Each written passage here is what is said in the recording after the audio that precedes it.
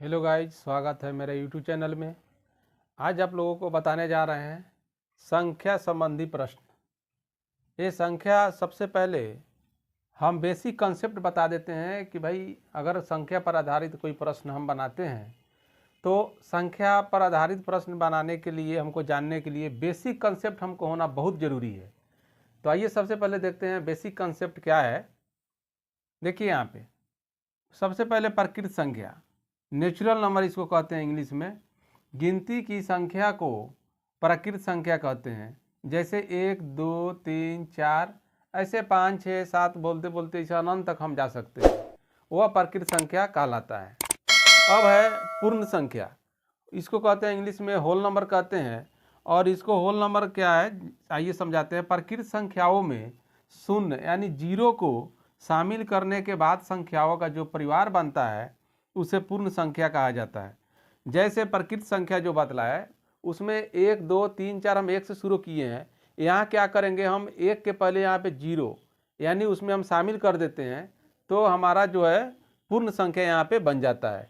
ऐसे जीरो से हम काउंट करेंगे, 0 1 2 3 4 5 6 7 8 ऐसे गिनते गिनते हम अनंत तक जाएंगे, उसी को हम कहते हैं यहाँ पे होल नंबर।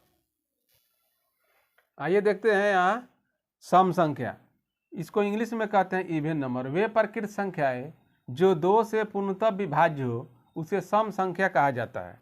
जैसे 2 4 6 8 10 12 18 20 30 यानी 2 से पूर्ण रूप से हमको कट जाए भाग देने पर उसे हम सम संख्या कहते हैं। अब यहाँ है विषम संख्या। विषम संख्या को इंग्लिश में कहते हैं ऑड नंबर।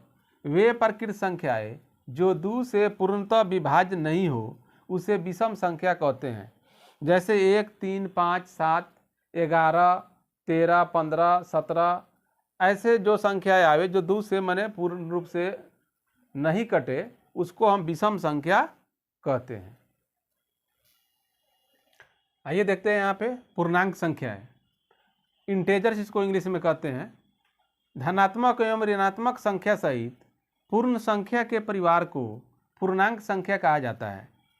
अब धनात्मक एवं ऋणात्मक जो बोल रहा है, इसमें धनात्मक और ऋणात्मक दोनों संख्या है। इसमें देखिए यहाँ पे -4 -3 -2 -1 0 1 2 3 4 इत्यादि, इसको हम कहते हैं पूर्णांक संख्या है।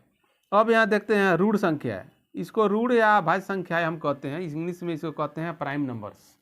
एक से बड़ी वे सभी संख्याएं जो स्वयं एवं एक को छोड़कर किसी दूसरे संख्या से विभाज्य न हो उसे ऋण या अभाज्य संख्या कहलाती है। जैसे यहाँ पे देखिए 2 3 5 7 11 13 17 ऐसा संख्या है जो एक को छोड़कर किसी दूसरे संख्या से विभाज्य न हो। एक से ये सभी हो जाएगा और स्वयं यानी 2 3 5 अपने आप से जो है विभाज्य होता है या एक से विभाज्य होता है उसको हम कहते हैं ऋण या अभाज्य। दोनों सेम ही है, नाम अलग अलग है। इसको कहते हैं प्राइम नंबर। आप समझ गए होइएगा 6 नंबर। आइए देखते हैं यहाँ पे यौगिक या भाज्य संख्या है। यौगिक या भाज्य संख्या को इंग्लिश में कंपोजिट नंबर कहते हैं। अब यहाँ देखिए परिभाषा क्या है, एक से बड़ी वे सभी संख्याएं जो स्वयं एवं एक को छोड़कर किसी दूसरे संख्या से भाज्य हो यौगिक या भाज्य संख्याएं कहलाती है। जैसे यहाँ देखिए 4 6 8 10 12 इत्यादि। अब यहाँ एक परिमेय संख्या, परिमेय संख्या किसे कहते हैं, यहाँ देखिए वे संख्याएं जो p/q के रूप में हो जहाँ p एवं q को पूर्णांक है एवं q is not equal to 0, q बराबर नहीं है 0 के हो तो परिमेय संख्याएं कहलाती है। जैसे 2/3 4/5 9/5 3/8 7/8 15/18 कुछ भी यहाँ पे दे सकते हैं। 3.7 है, यहाँ पे -2/5 है, ये रूट में है, रूट के अंडर में है 25/36। इसको हम स्क्वायर रूट निकालेंगे तो 5/6 हो जाएगा इत्यादि। आइए यहाँ पे देखते हैं अपरिमेय संख्याएं, इसको कहते हैं इरेशनल नंबर्स। वैसी संख्याएं जो p/q के रूप में नहीं लिखी जाती है उन्हें अपरिमेय संख्याएं कहते हैं। जैसे देखिए यहाँ पे √2 √3 √5, रूट के अंदर 1/2, अगर इसका हम वर्गमूल निकालेंगे तो 1 का तो निकल जाएगा लेकिन √2 फंस जाएगा, तो ये आपको अपरिमेय संख्या है। पाई अपरिमेय संख्या होता है, ये 8√2 है, दोनों एक साथ में, ये भी अपरिमेय संख्या है इत्यादि। यहाँ पे अब देखिए सअभाज्य संख्या है। सअभाज्य संख्याएँ क्या है, इसको कहते हैं को प्राइम नंबर्स।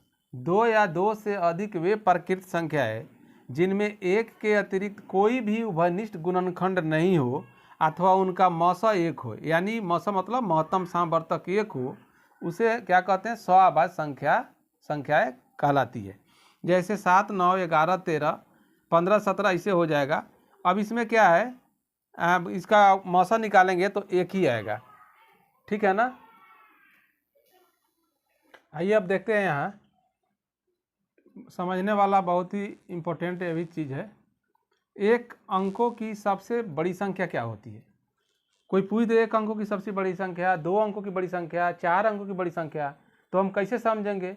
ये भी आपको बेसिक कंसेप्ट है, इसको जानना बहुत ज़रूरी है। एक अंकों की सबसे बड़ी संख्या, अगर बड़ी संख्या पूछे तो 9 लिखेंगे। 2 अंकों की सबसे बड़ी संख्या तो 2 9 लिखेंगे। 3 अंकों की सबसे बड़ी संख्या तो 3 9 लिखेंगे। 4 अंकों की सबसे बड़ी संख्या आ रहा है तो हम 4 9 लिखेंगे। 5 अंकों की सबसे बड़ी संख्या तो 5 9, 3 4 5। 8 अंकों की सबसे बड़ी संख्या तो 8 9 लिखेंगे।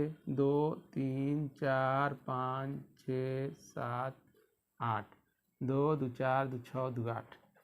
9 अंकों की सबसे बड़ी संख्या पूछे तो 9 9 लिखेंगे। 3 4 5 6 7 8 9। देखिए यहाँ पे आप लोग जरूर समझ गए होइएगा। नेक्स्ट कुछ और बतला रहे हैं। आइए अब देखते हैं, यहाँ अभी तो बताए हैं आप लोगों को सबसे बड़ी संख्या कैसे हम लिखेंगे, क्या होता है। अभी बताने जा रहे हैं कि सबसे छोटी संख्या क्या है। एक अंकों की सबसे छोटी संख्या 1 होगा। 2 अंकों की सबसे छोटी संख्या कैसे लिखेंगे, 1 लिख करके एक 0 लिख देंगे, 1 1 2। 3 अंकों की सबसे छोटी संख्या 1 पर 2 0।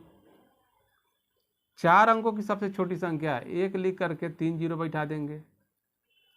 5 अंकों की सबसे छोटी संख्या, इस पर 4 0 बैठाएंगे।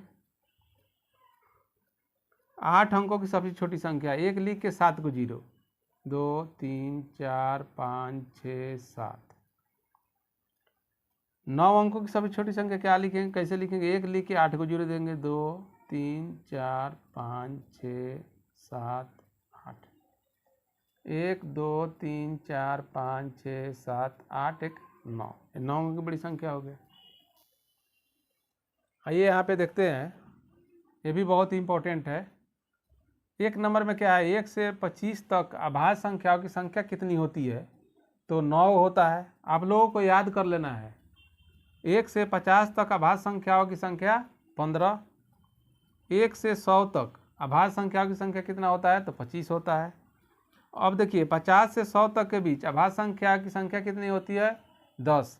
यहाँ 1 से 100 तक जो है अभाज्य संख्या दिया है 25, तो 25 में से क्या करेंगे, 1 से 50 तक जो संख्या हम घटा लेंगे तो 50 से 100 तक के बीच जो अभाज्य संख्या हमको निकल जाएगा, तो 10 होता है। 25 से 50 के बीच अभाज्य संख्याओं की संख्या कितना है, तो यहाँ देखिए 1 से 50 तक के बीच क्या करेंगे, हम यहाँ पे लिखेंगे 15 है, और 9 जो है यहाँ पे 1 से 25 तक है, तो इसको हम घटा लेंगे तो 25 से 50 के बीच जो है संख्या है हमको यहाँ पे मिल जाता है। तो कितना आंसर आ गया हमारा, 25 से 50 के बीच 6 आ गया। इसको आप लोग जरूर याद कर लीजिएगा, बहुत ही इम्पोर्टेंट प्रश्न है। और आगे जो है हम और लोग इसको वीडियो में बतलाएंगे, तो आप लोग और देख करके इंटरेस्ट होइएगा कि भाई कैसा कैसा क्वेश्चन आ रहा है, उसको आप लोग ज़रूर देखिएगा। तब तक के लिए धन्यवाद।